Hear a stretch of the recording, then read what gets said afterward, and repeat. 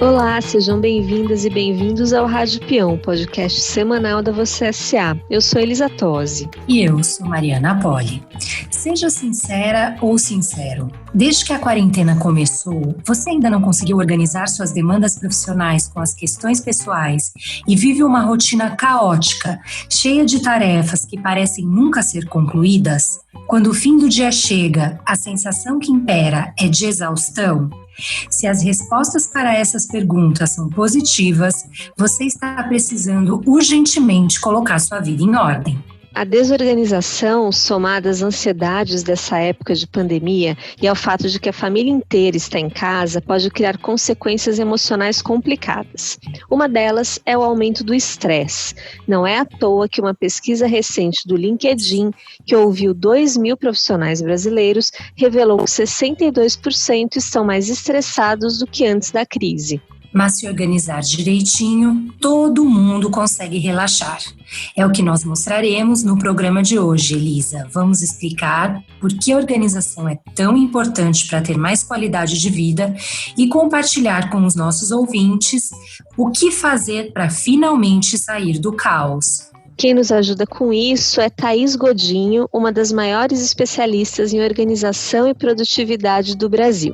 Ela é autora do site Vida Organizada e de 3 livros: Vida Organizada, Trabalho Organizado e Casa Organizada. Thaís, bem-vinda ao Rádio Peão, é um prazer tê-la conosco hoje. O prazer é todo meu, muito feliz por esse convite, muito obrigada.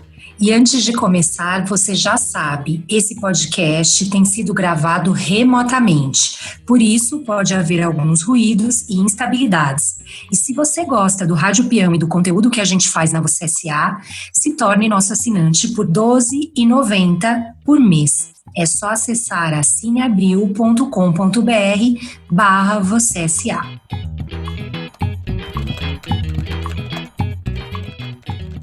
Thaís, para a gente começar o programa de hoje, eu queria que você contasse um pouquinho da sua história pessoal aqui para os ouvintes do Rádio Peão. Você era uma publicitária, né? Você mesma disse que você era muito workaholic e que vivia tão atolada de trabalho que seus amigos diziam que você era uma amiga imaginária. Você nunca estava presente nos encontros com o pessoal.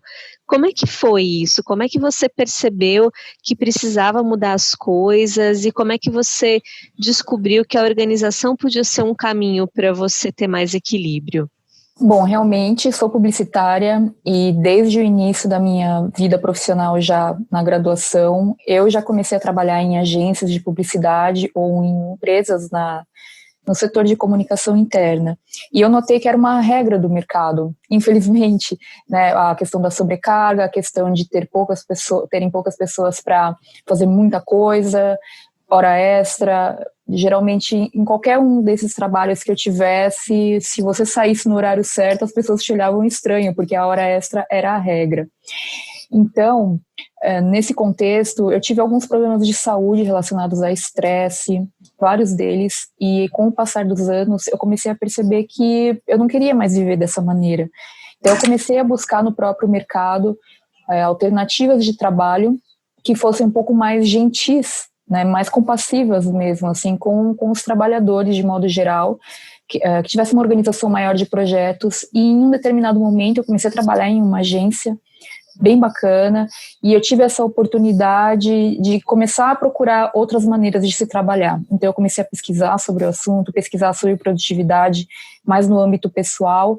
Em determinado momento eu virei coordenadora da equipe, então eu brinco que eu tive que cuidar da minha produtividade e da produtividade de mais pessoas, e isso é sempre um desafio, né? Nesse primeiro cargo que você tem, assim, de coordenação e de gestão, é sempre um desafio lidar com as pessoas.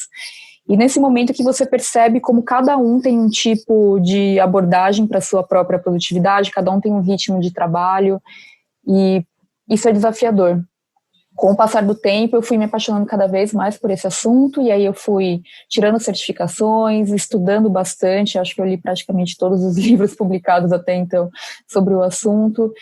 E nesse meio tempo eu comecei a ser chamada para fazer palestras, para prestar consultoria em empresas sobre produtividade e organização. Fui convidada a publicar meus livros E aqui estamos hoje. Hoje eu trabalho essencialmente com isso, e especialmente nesse momento ajudando as pessoas a terem uma relação mais tranquila com a sua rotina dentro desse trabalho em home office. Thaís, a desorganização, ela já é uma questão delicada, né? E sempre foi uma questão delicada, e agora com o coronavírus virou um problema geral, né? Ainda mais porque a gente tem que adaptar a nossa vida profissional na marra, com as tarefas domésticas, filho, cachorro, passarinho. E a dificuldade de conciliar as tarefas pessoais é tanta que uma pesquisa da Fundação Getúlio Vargas mostrou que 27% das pessoas, só 27% das pessoas estão conseguindo equilibrar as duas esferas da vida nessa pandemia. Por que é tão difícil a gente conseguir esse equilíbrio? Bom, vamos lá. Em primeiro lugar, é importante para todo mundo que estiver nos ouvindo que não é possível a gente cobrar uma performance normal em uma situação completamente fora do normal. É comum, na verdade, e é totalmente normal você não estar se sentindo no seu melhor momento em termos de produtividade, sentir que as coisas estão saindo dos eixos, porque realmente a gente está numa situação fora do normal. Mães e pais que têm um filho ou mais estão sentindo na pele o que é ficar com as crianças o dia inteiro dentro de casa, então não tem mais aquele escape, né, das crianças estarem na escola para você poder trabalhar com um pouco mais de concentração e tranquilidade. Então, o primeiro ponto é esse de não se cobrar uma performance normal numa situação que não está normal. E o segundo ponto, eu acredito que seja entender que nesse momento a carga doméstica é maior também. Então, muitas pessoas que antes talvez dedicassem 1-2 horas por dia para as tarefas domésticas básicas, né, de preparar a refeição, lavar a louça, lavar a roupa, isso vai aumentar muito, porque a casa está sendo mais usada também. Então, a partir do momento que a gente começa a entender essa nova configuração, a gente pode decidir coisas a respeito. Então, você pode começar a analisar quais são os horários de pico na sua própria casa para entender quando que todo mundo está mais agitado, quando que tem mais atividade, e aí se programar até para trabalhar nos momentos em que tem mais calmaria. E, claro, respeitando também o tempo de cada um. Mas eu penso que o desafio principal seja a gente talvez ficar esperando que a situação vai levar 1 semana para acabar ou 2 semanas para acabar, e a gente não sabe ainda quanto tempo vai levar. A gente tem que lidar com a nossa realidade hoje. Então, lidando com essa realidade que a gente tem hoje, a gente consegue olhar com um pouco mais de calma para tudo que tem que ser feito e aí sim organizar uma nova rotina. Aí você falou sobre a gente ver os horários de pico da casa para trabalhar em horários mais calmos. Eu tenho ouvido muito, principalmente de mulheres, mais mulheres têm me contado isso, que elas estão acordando muito cedo, 4, 5 da manhã, para conseguir trabalhar antes dos filhos acordarem. Isso funciona a longo prazo, ou a gente também tem que entender que nesse momento talvez a nossa agenda tenha que ser adaptada ao que a gente está vivendo? Ótima pergunta. Eu penso que sim, a agenda deva ser adaptada para o momento que a gente está vivendo, mas a minha grande preocupação quando você faz esse comentário é com relação à qualidade do sono das pessoas, porque não tem problema nenhum você acordar às 4 ou às 5 da manhã, contanto que você tenha tido um sono reparador, e para isso você vai ter que dormir mais cedo.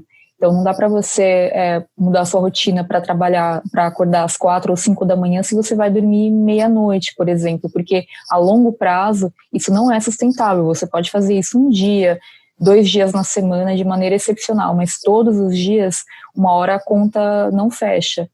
E isso vai prejudicar. E se tem alguma coisa que a gente está preocupado nesse momento, acima de tudo, é a nossa própria saúde.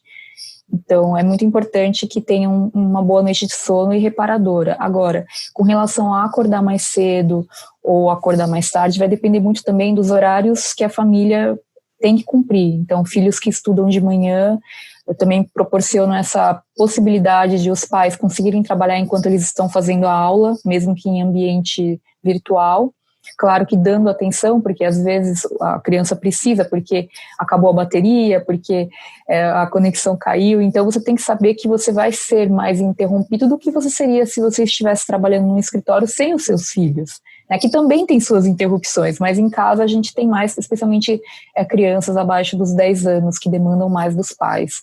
Então é entender mesmo como são esses novos horários da família e tentar buscar a construção de uma rotina com consistência, especialmente com horários de sono e de alimentação, porque dessa maneira você mantém a sua máquina humana funcionando bem para aguentar todo o resto. Para encerrar o bloco, eu acho importante a gente falar de produtividade. Muita gente pensa que se organizar é simplesmente fazer mais coisas, né? Preparar a vida para conseguir fazer mais. É isso mesmo ou existe outro tipo de produtividade para a gente almejar na nossa vida? Bom, a minha abordagem com relação à produtividade é uma abordagem um pouco mais compassiva. Não se trata de fazer mais coisas, se trata de você aproveitar bem o tempo que você tem. E muitas vezes, para você conseguir fazer tudo o que você tem que fazer naquele dia, vale a pena você parar, descansar 15 minutinhos de olhos fechados, só para descansar os sentidos. Vale a pena dormir muito bem para você conseguir aguentar um dia inteiro de trabalho, mesmo que você trabalhe mais horas. Porque muitas vezes você pode trabalhar mais horas, mas não foi um trabalho focado, com qualidade, e acaba não rendendo. Então, a produtividade, ela diz muito respeito a você aproveitar bem o tempo que você tem, porque aproveitando bem esse tempo, talvez você precise trabalhar até menos horas. E Thaís, você dá também consultoria nas empresas, né? Fala bastante com o mundo corporativo.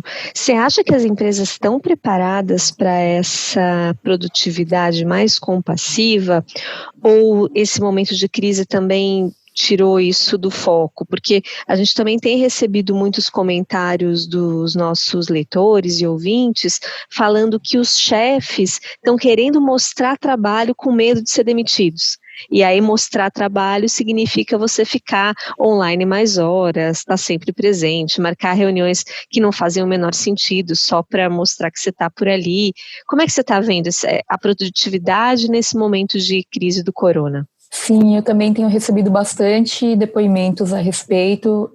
Lá mais para o começo do início da quarentena, eu recebia muita reclamação das pessoas de modo geral, que todo mundo queria marcar reunião o dia inteiro para mostrar que estava trabalhando, e eu vejo que além dessa necessidade de mostrar serviço trabalhando de casa, também existe a necessidade do contato humano. Então tem pessoas que gostam de estar mais próximas, tem pessoas que são mais introvertidas, preferem trabalhar concentradas e sozinhas. Então, eu penso, sim, que todas as empresas estão se adaptando nesse momento. Nenhuma chegou ainda num consenso, a não ser aquelas que já tinham um modelo de trabalho remoto, pelo menos incipiente. Então, todos estão se adaptando. Eu acredito que seja uma grande força-tarefa, tanto da parte da liderança das empresas, quanto da parte de recursos humanos, quanto da parte dos gestores e os próprios colaboradores. Se conversarem, entenderem a situação. Porque um colaborador que está em casa com 2 filhos em idade escolar, ele não vai trabalhar da mesma maneira que ele trabalharia se os filhos estivessem na escola, por exemplo, trabalhando em casa ou na empresa. Então as empresas precisam realmente ver essa parte, e fica até o meu encorajamento às equipes de recursos humanos para que possam conversar mais com seus colaboradores e entenderem essa demanda. E com relação à própria questão da comunicação, de mandar mensagem fora do horário comercial, por exemplo, tudo se resolve conversando também. Então, será que a empresa tem uma política de comunicação? Essa política de comunicação foi readaptada agora para o momento virtual, para o trabalho em home office? Se a empresa não tem uma política, será que vocês, como equipe, não conseguiriam definir algo que fosse realmente mais eficiente para toda a equipe, né, que respeitasse os horários, mas que também atendesse às demandas que surjam? Então, tudo se resolve conversando mesmo.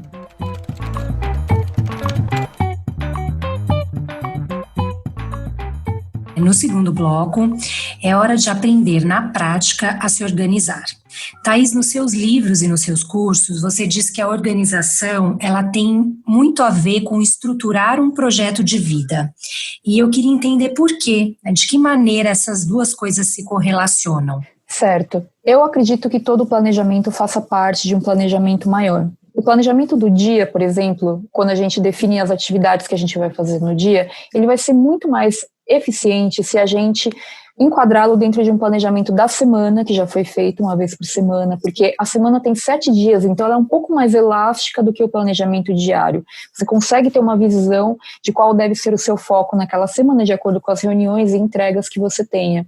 O planejamento da semana também conversa com o planejamento maior, com o planejamento do mês, planejamento dos trimestres, do ano e por aí vai. Você pode fazer um planejamento da sua vida como um todo, não no sentido de engessá-la, mas no sentido de você construir um estilo de vida que você quer ter. Isso para todas as áreas da sua vida, para o seu trabalho, na sua carreira, para as suas finanças, para a sua família e por aí vai.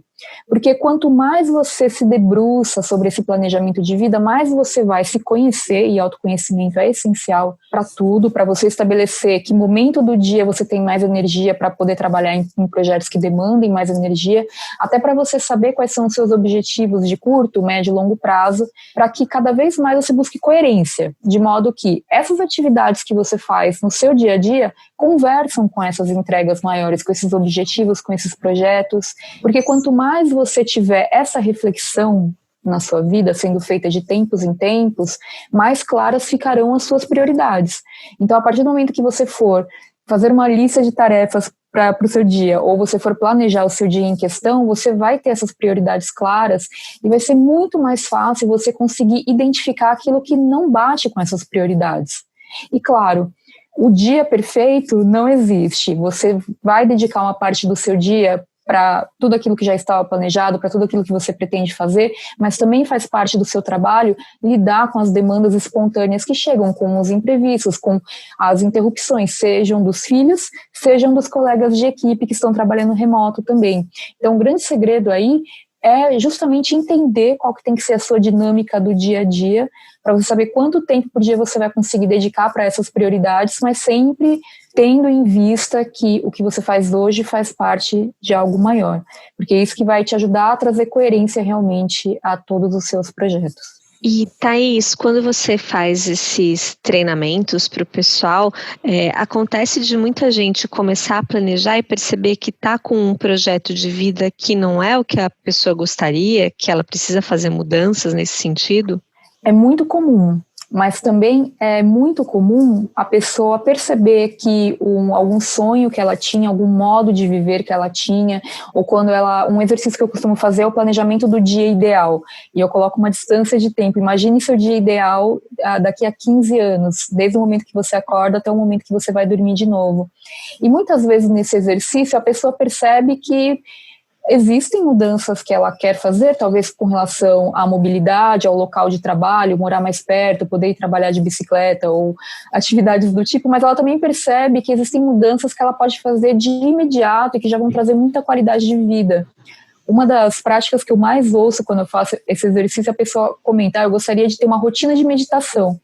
Ter uma rotina de meditação não depende de você fazer mudanças radicais na sua vida. Você pode começar desde já, mas isso já vai trazer uma mudança significativa para o seu cotidiano. Então, por mais que você tenha uma curva mais longa a ser feita, que pode levar anos, de transição de carreira, ou para trabalhar de uma outra maneira, ou para você investir em novas formações, é uma curva mais longa, que leva tempo, leva anos. Mas muitas coisas podem ser feitas já, no seu momento, e isso já vai ajudar você a ter muito mais qualidade de vida e uma vida com mais significado em quaisquer condições que você tenha no momento. Muita gente fala sobre a importância de ter um local voltado para o trabalho quando a gente está em home office, né? Um espaço físico mesmo. Mas agora a gente está vivendo uma situação atípica com todo mundo em casa e nem sempre a gente consegue um espaço exclusivo para a gente trabalhar. Como é que você se organiza se você precisa trabalhar na mesa de jantar ou dividir o cômodo com as outras pessoas enquanto você está trabalhando? Como é que você cria a organização, principalmente em espaços pequenos, com todo mundo no mesmo lugar? Bom, a minha recomendação é a técnica de montar acampamento. O que isso significa? Você vai dispor de uma mochila, uma pasta executiva, uma caixa bonita, um cesto, enfim, um compartimento que você possa colocar tudo o que você vai usar quando você precisa trabalhar. Você pode colocar o seu computador, carregadores, filtros de linha, cabos, HD externos, caneta, papel, tudo aquilo que você usa normalmente quando você trabalha em uma mesa. E esse escritório móvel vai se mover com você pela casa. Então você pega, por exemplo, essa mochila que tem tudo que você precisa, senta na mesa de jantar, senta na mesa do quarto, senta em qualquer outro ambiente que você queira trabalhar, na varanda o pessoal tem trabalhado para tomar um pouquinho de sol. Então você pode levar, você monta seu acampamento e aí quando você termina de trabalhar você guarda de volta e coloca essa caixa, essa mochila, enfim, esse compartimento em algum lugar mais apropriado. Dessa maneira você consegue aproveitar vários lugares da casa e inclusive essa dica vale para quem tem home office, porque muitas vezes você pode ficar meio enjoado do seu home office, então se você quiser ir trabalhar em outro lugar, você pode também fazer uso dessa dica, da tática do acampamento. Leva, monta o acampamento, trabalha, fecha o acampamento, volta e guarda de novo, porque se você mantiver, por exemplo, a sua estação montada o tempo inteiro na mesa de jantar, a mesa de jantar também deixa de ser mesa de jantar, e talvez isso não seja um problema para quem mora sozinho, mas quando a gente tem família, quando a gente tem um monte de pessoas em casa, talvez isso signifique uma redução dos espaços coletivos, né, para todo mundo. Então, a minha tática recomendada é justamente essa de montar o acampamento. Thaís, eu vi uma tática que eu achei interessante, eu queria só que você comentasse que uma profissional, ela tem filhos e quando ela não pode falar com a família, ela coloca uma tiara colorida na cabeça, porque aí a filha dela percebe que ela não pode conversar, enfim, ela fez esse combinado com a família. Esse tipo de coisa funciona também para os outros respeitarem o seu espaço?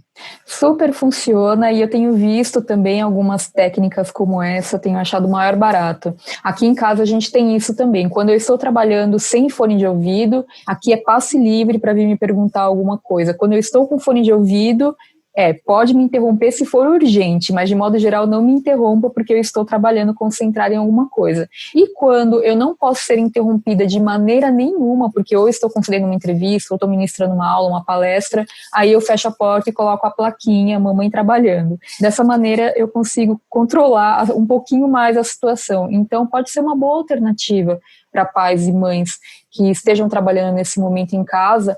A minha única recomendação com relação a isso é não abuse. Com grandes poderes vem grandes responsabilidades. Então, se você usar essa técnica o tempo inteiro, ela vai acabar perdendo um pouco o seu propósito. Porque senão o pessoal de casa vai perguntar, poxa, eu não posso interromper a mamãe para perguntar nada. E aí eles começam a burlar. Então, use essencialmente nos momentos em que você precisa dessa concentração, porque também faz parte, eu como mãe, outras mães e outros pais que estejam nos ouvindo, de entender que da mesma maneira que quando a gente está trabalhando em um escritório, a gente tem que estar disponível para quando o nosso gestor vem conversar com a gente, ou para quando algum cliente liga, em casa a gente também tem pequenos gestores e clientes que querem entrar em contato com a gente, que são a nossa família. Então isso faz parte de uma rotina de trabalho, só está diferente, porque além de termos interrupções com relação às práticas da casa, o que a gente vai ter para o almoço hoje, mãe, onde está minha meia e coisas desse tipo, a gente também tem a necessidade emocional dessas pessoas. Então, quando o meu filho ele vem falar comigo, nem sempre ele precisa de algo, ele só quer estar por perto. Então, é uma configuração diferente que demanda, então, soluções mais carinhosas, como essa, por exemplo, da tiara.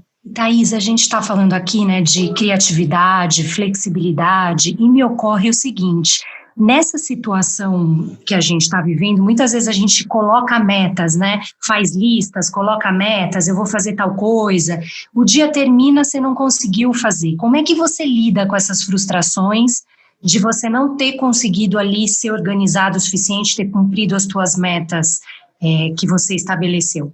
Bom, vamos lá. Nem sempre a gente consegue cumprir tudo mesmo. Por isso que é muito importante sempre situar o planejamento do dia dentro de um planejamento maior, como o planejamento da semana, porque dessa maneira você consegue ter uma mobilidade maior.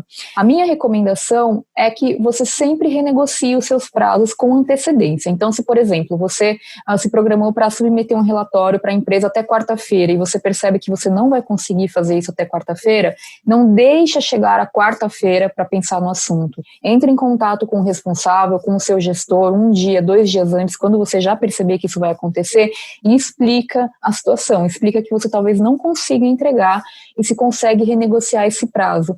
Porque se você conseguir renegociar, tudo bem, você se reorganiza para fazê-lo no novo prazo. Agora, se você não conseguir renegociar, que você vai ter que submeter o relatório de qualquer maneira, então você já sabe que isso vai ser prioridade e todo o restante vai ter que ficar de lado. De qualquer maneira, você dividiu a responsabilidade com o seu gestor e ele te ajudou a decidir, a priorizar aquela atividade em si.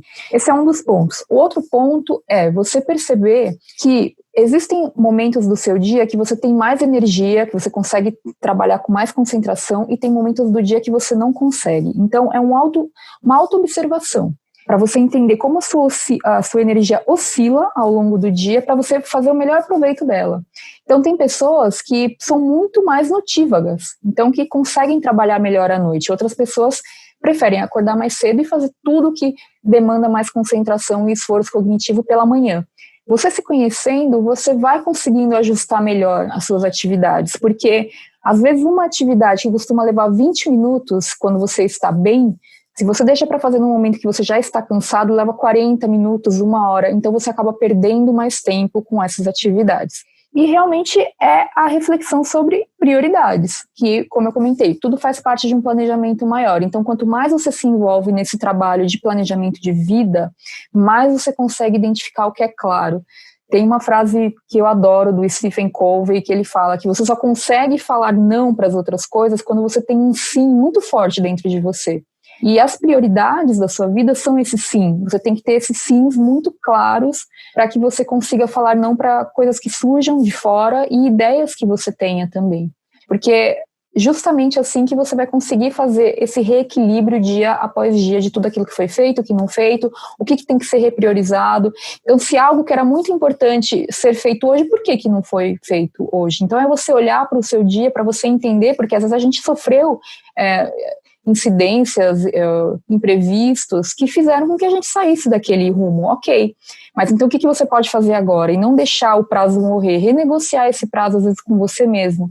Então, ou no dia seguinte, a primeira coisa do dia é você trabalhar nisso que ficou pendente, é sempre renegociar, sempre estar em contato com as suas diversas atividades, suas diversas prioridades listadas, porque dessa maneira você vai conseguir ter uma relação um pouquinho mais eficaz com as suas listas de coisas a fazer.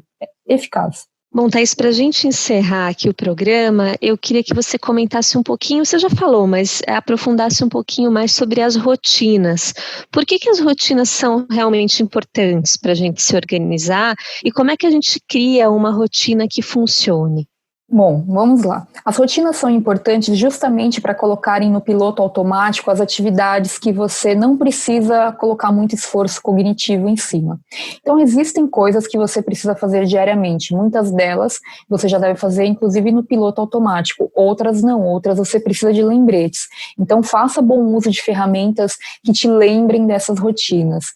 A importância de você ter rotinas é te dar uma consistência no dia a dia. A rotina ela não tem necessariamente a ver com um horário propriamente dito, ela tem mais a ver com sequência de atividades. Então você pode começar estabelecendo uma rotina para a hora que você acorda, que seja uma rotina mais tranquila para o seu acordar, uma rotina para quando você inicia a sua jornada de trabalho, uma rotina para encerrar o expediente, quais são as atividades que você precisa fazer ao encerrar o expediente para você conseguir ter uma noite tranquila com a sua família, para você conseguir descansar, uma rotina para antes de dormir, enfim, pequenas rotinas dessa maneira ajudam a você a padronizar bem, entre aspas, o que você precisa fazer todos os dias, de modo que você não demande esforço cognitivo para elas, que você possa colocar esse esforço cognitivo nas atividades que demandam esse esforço, que demandam que você esteja concentrado, que demandam que você seja criativo. Eu sempre gosto de brincar que um pintor, por mais exímio e talentoso que ele seja, ele não vai conseguir ser criativo pintando uma tela se ele não tiver com as tintas organizadas, com os pincéis limpos, com todos os materiais por perto. Então a organização, ela te ajuda a organizar realmente tudo aquilo que pode ser organizado, de modo que o que não pode ser organizado, que é justamente essa espontaneidade, essa criatividade, possam surgir sem preocupações. Já é tradição, antes de encerrar o programa, a gente lê uma mensagem de um ouvinte do Rádio Peão. Hoje o recado é sobre comunicação não violenta, tema do episódio número 40, e vem de Luciano Maldonado Felipe. Ele disse o seguinte: um gestor ou líder deve saber cuidar do lado emocional seu e da equipe, possibilitando que todos atuem em um ambiente propício ao bem-estar e à otimização dos resultados. É isso aí, Luciano. Com feedback lido, eu agradeço a Thaís. Foi um prazer tê-la conosco hoje. Muito obrigada pela presença. Estou à disposição, gente. Adorei. Obrigada pelo convite. Esse podcast teve produção de Elisa Tosi. A edição sonora é do Rafael Bertazzi e a trilha do Chico Labels. Mande seus comentários pra gente nas redes sociais ou no e-mail podcast@vocesa.com.br. E lembre-se, se puder, fique em casa cuidando de você e dos seus familiares. Semana que vem a gente volta a se encontrar. Até a próxima quarta.